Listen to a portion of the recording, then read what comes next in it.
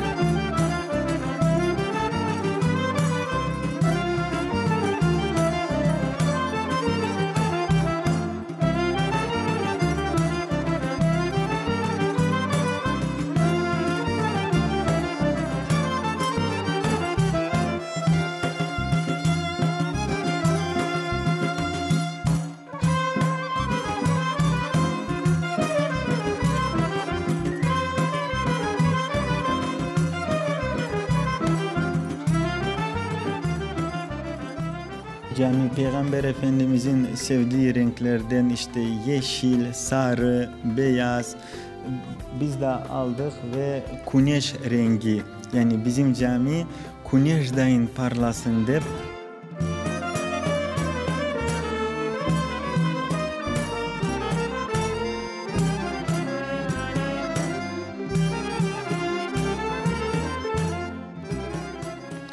Unutup olmayayım, ben özüm.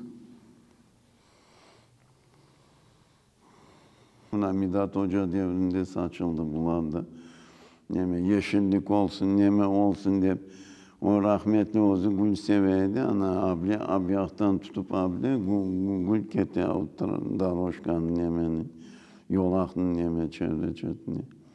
Ana o bulaşığı avesini gibi yapaydı o. Bu cam için rahmetli çıkmayı yedi.